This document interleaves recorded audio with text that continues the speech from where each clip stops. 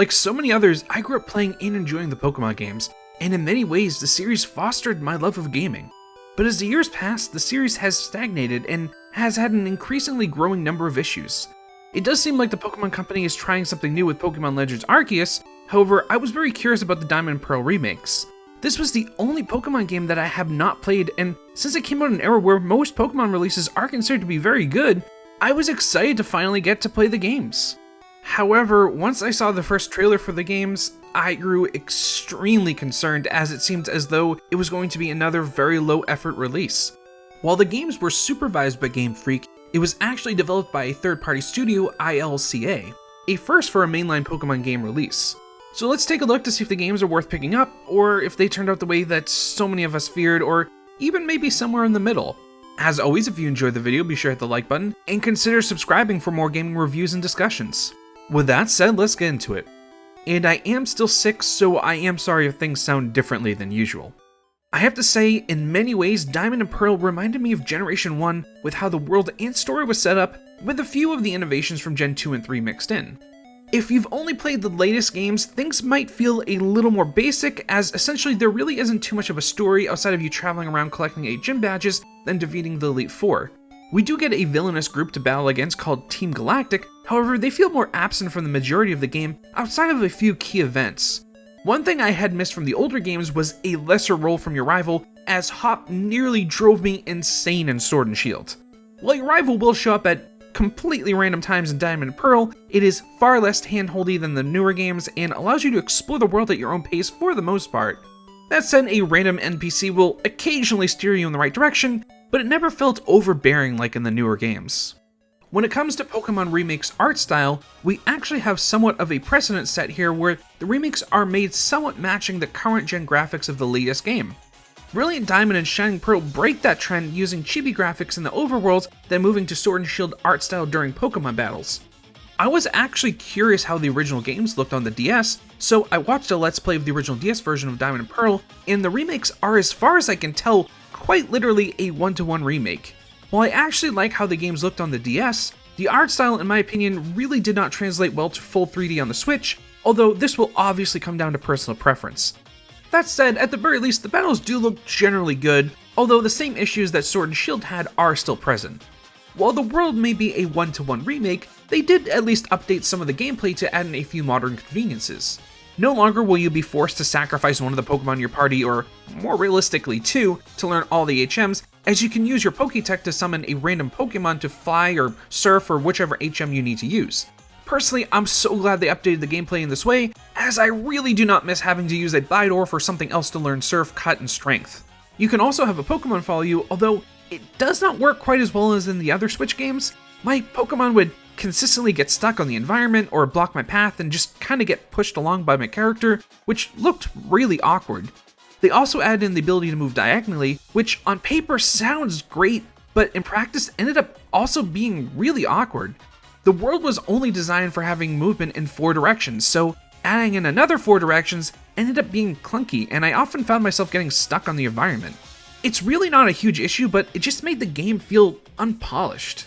One thing that felt like a huge step backward was the re-implementation of Randomized Battles. Especially since it's been 2 releases now where we actually got to see Pokemon in the overworld, which I personally really enjoyed. I think it's an unfortunate byproduct of making a one-to-one remake of a DS game, as there really wasn't enough space in the world to fit wandering Pokemon. However, that is not the case with the Grand Underground, one of the best parts of the remake. The Grand Underground is a gigantic set of branching underground tunnels that have rooms containing Pokemon. You can also set up a secret base and mine for resources that can be traded in for items. You can decorate your secret base, and the statues you can use influence the type of Pokemon you encounter in the Grand Underground. I feel like they knew how much people enjoyed the new wild areas in Sword and Shield, and it felt like a miniaturized version of them. I had so much more fun catching Pokemon here, as the randomized battles feel extremely antiquated at this point. But for those looking to relive the game exactly how it was on the DS, you will get that experience. I feel like I might have to say this more than once in this review, but it's really going to come down to personal preference as to if you enjoy the remakes or not. That said, if I was judging this as a Nintendo DS game, I do think it would have been a lot of fun back in the day. It still has that base level of fun every Pokemon game has, which is somehow, after all these years, something I still enjoy. Starting off from scratch, defeating all the gyms, then finishing off the Pokédex is still fun and engaging. That said, a few things did strain that fun more so than in any other Pokemon game. Part of it is fatigue, as I've played so many games over the years, but the early game was a bit directionless and repetitive, as you only get to face a few gyms early on, then have to travel around quite a bit fighting trainer after trainer before the game picks up again.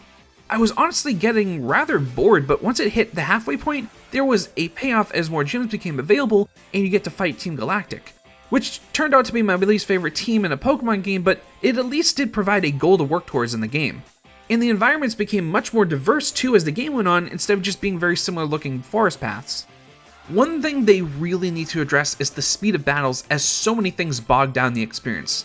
I actually now dread my Pokemon becoming more friendly to my trainer, as it just adds in more text between every move, slowing down the game even further. I do not need to be told between every single turn that my Pokemon is awaiting my instructions. I know that, it's a Pokemon battle. I really can't think of a single other JRPG that suffers an issue like this, as they all seem to have found ways to make their battles flow much better. On a positive note, there's actually a good amount of endgame content, much more than I expected. It's nothing we have not seen before, but I guess my expectations have become so low that just receiving anything is a surprise to me. Things really open up once you beat the Elite Four, and then finish off the 151 Pokemon Sinnoh Pokédex. This allows you to then pursue the gargantuan task of completing the 488 Pokemon National Dex. New Pokemon will appear in all locations, which is a fun way to reuse the world and allow you to experience it in a new way, and you also receive several tools on your Poketech to help you catch them all. You can also challenge all gym leaders again and certain trainers in the world. There's also tons of legendary Pokemon to catch, way more than I expected, around 37 per version. And then you have the Battle Tower and a few other areas where you can go against higher level opponents to earn battle points and special items. There's also the Super Contests, which are basically a mini rhythm game. It's not overly exciting, but at least it's something else to flesh out the experience. We've seen all these things in other Pokemon games before, but it is nice to see them here again. When it comes to difficulty, Brilliant Diamond was one of the easiest Pokemon games I've ever played, or at least until I hit the Elite Four. I easily breezed through the game with no challenge whatsoever, even less challenge than I had with Sword and Shield. But the Elite Four then ended up being the most difficult Elite Four I think I've ever faced. All of their Pokemon have amazing items and movesets, providing an excellent challenge. I have no idea why the rest of the game could not have been that way or have been balanced out better to make it more consistent with that challenge. The thing is, this isn't a Nintendo DS game, this is a Nintendo Switch game. It looks and feels cheap, and in some ways is a step back from even Sword and Shield. That's not to say it's a terrible game, it's just not up to the quality that Nintendo is known for. There's a very odd blur effect that gets more intense closer to the edge of the screen. It was extremely distracting, and given the simplicity of the visuals, I would think even the Switch should be able to handle them without having to blur the edges of the screen. All it ended up accomplishing was adding to the overall cheap look to the aesthetics of the game. It really feels less than the bare minimum.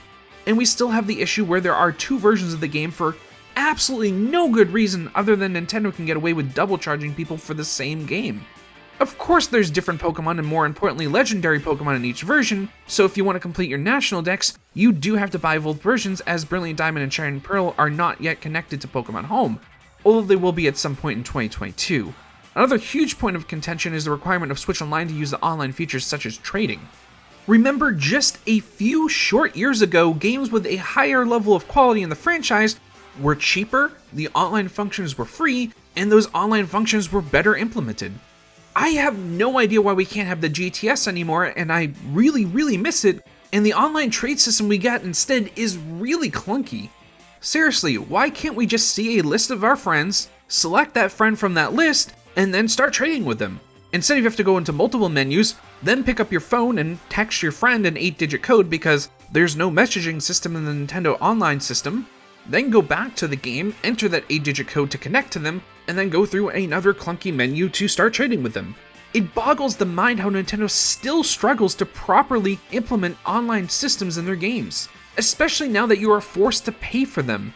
And all of these things are very fixable, it's just the laziness that gets to me, and the fact this is the best-selling franchise in history by a country mile.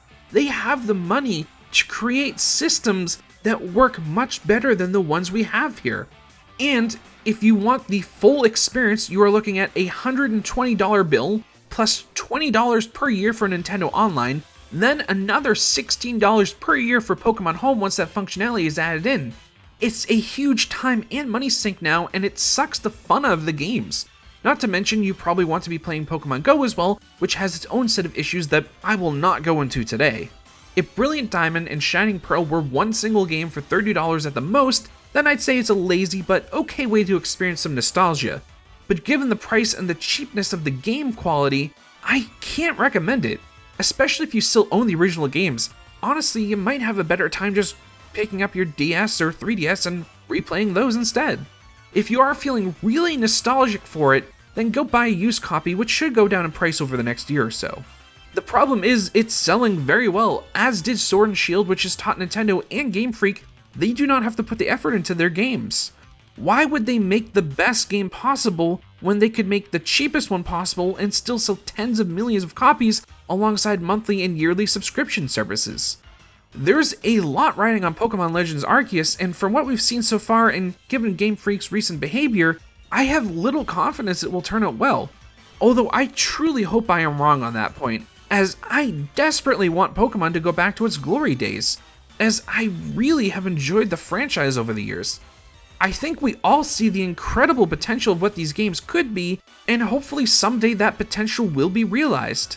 Anyways, my review of Guardians of the Galaxy is up next, and I have a lot planned for next year that I am extremely excited for. Thanks so much for watching, I'll see you all in the next video.